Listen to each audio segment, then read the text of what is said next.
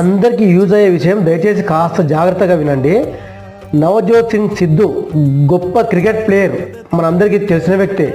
ఆయన ఈ మధ్యలో ఒక ప్రెస్ మీట్ పెట్టి ఆయన కుటుంబం జరిగిన ఒక విషయాన్ని గురించి చెప్పడం జరిగింది.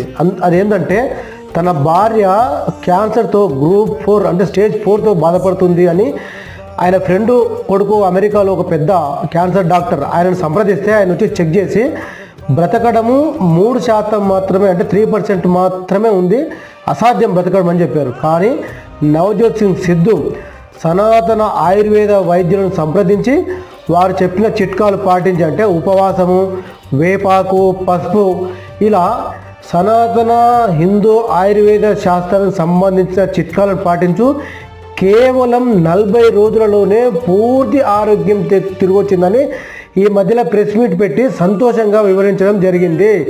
మన సనాతన